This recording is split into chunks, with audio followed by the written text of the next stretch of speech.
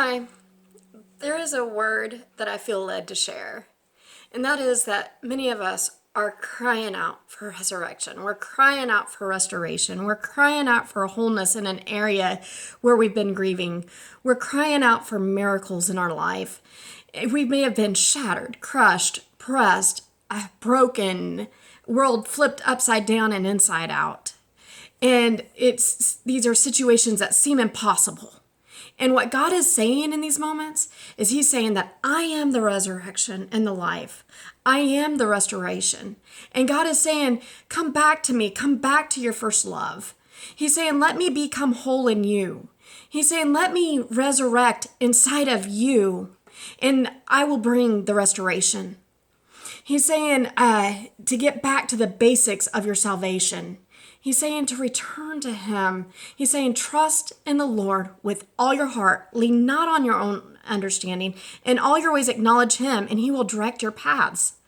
And in church this morning, we were asked, we're talking about Lazarus, and when Lazarus died, and the pastor had asked, he said, where did you lay that precious thing down? That thing that died, perhaps maybe even a calling in your life. Where did you bury it?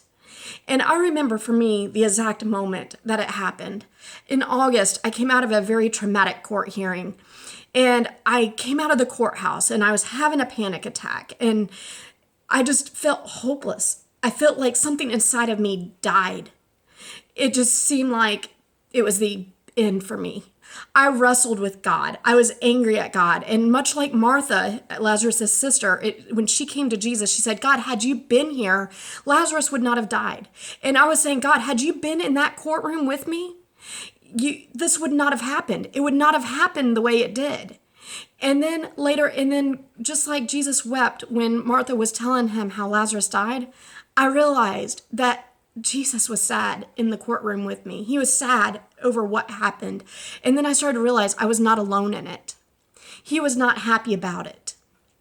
I felt betrayed by God. I realized that it was not God who did that to me.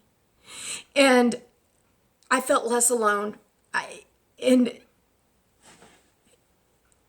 realizing this, resurrection is starting to happen in my own heart. God is wanting me to return back to the basics of His word.